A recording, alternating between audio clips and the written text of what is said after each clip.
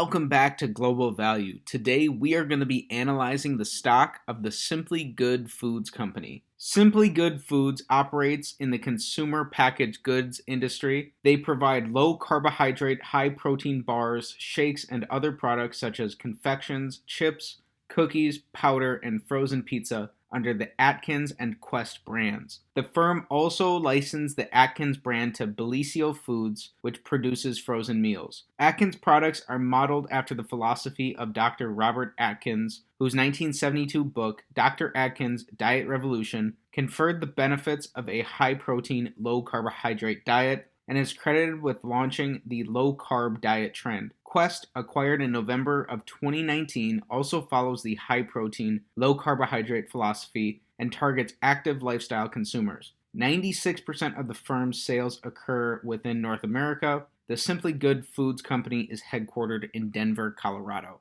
Currently, the company trades at $42 a share. Looking at the 52-week high and low, we see that this is near the high, just $2 off. Taking a look at the chart, we see that the company has returned 32% over the past year. Zooming out over 5 years, the company has returned 29% compounded annually. We are going to be analyzing the company by performing an 8-pillar stock analysis. This 8-pillar analysis is going to give us a good overview of the company based solely on the financials. It'll also serve as a starting point of if you want to dive in deeper and investigate the company and research it in more depth, taking a look at things like competitive advantage and what the future may hold for this Simply Good Foods Company.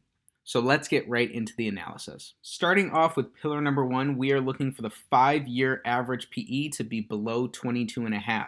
The Simply Good Foods Company has a 5-year average PE of 124, so quite a bit higher, and it currently trades at a 63 PE. So that is a big fat X there starting off. Pillar number 2 is looking at return on capital. We're looking for a 5-year average return on capital to be above 9%. So going through the numbers here, in 2017, they returned 6.6%. In 2018, they returned 7.3%. 2019 was 8.6%. 2020 was 7.1%. And 2021, it was a 10% return. Averaged out, this comes to just under 8% return on capital each year. Even though currently they're at 10, this is still going to be an X on pillar number 2. So far, not so good, 2 X's to start off. Looking at their income statement for pillar number 3, we are looking for 5-year revenue growth. Pillar number 3 is going to be a check. They grew revenues from $396 million in 2017 to over $1 billion in 2021, helped along significantly by that big acquisition of Quest Nutrition at the end of 2019. Pillar number 4, we're looking at 5-year net income growth. In 2017, the Simply Good Foods Co. had negative net income, and in 2021, they had positive $41 million of net income. So that is going to be a check mark there. Scrolling over to the balance sheet and looking at this supplemental data, for Pillar 5, we are looking at shares outstanding. We want them to be decreasing the shares outstanding, and unfortunately that is not what we're seeing here. This is going to be an X. In 2017 they had over 70 million shares, and in 2021 they had 96 million shares, so almost a 30% shareholder dilution there, which basically means that if you had held this company over the last 5 years, which means that if you've held this company over the past 5 years, you basically have a 30% less ownership stake in the business. Pillar number 6 brings us to their cash flow statement.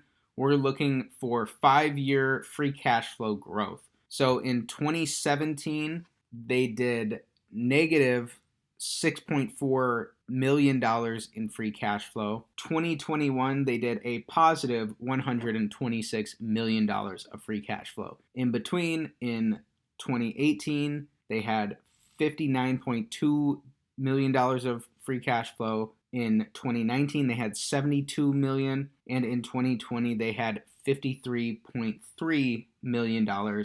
Averaged out, this comes out to $61.7 million a year of free cash flow over the past 5 years. This is going to help us out with pillars 7 and 8. Pillar number 7, we're looking for total liabilities to be below 5 times the average 5-year free cash flow. So when we multiply 5 times 61.7, which was that average 5-year free cash flow number, that comes out to $309 million. And here we see that these guys have $863 million of total liabilities. So that is going to be another X there, pillar number 7.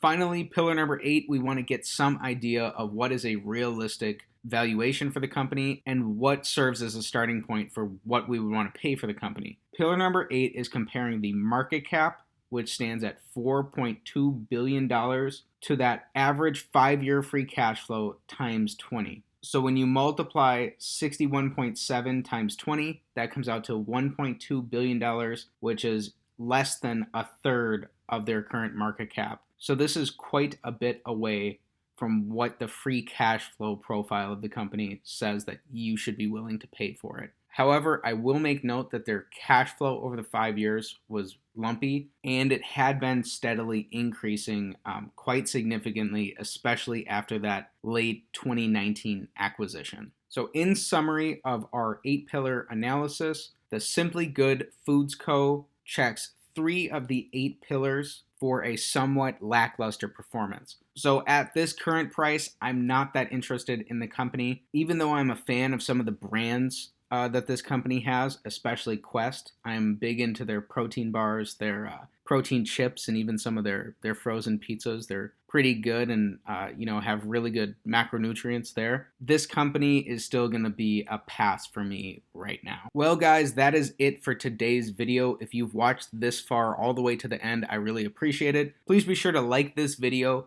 comment what company you want me to take a look at next, and subscribe to the channel for more videos. Thanks for watching and have a great day.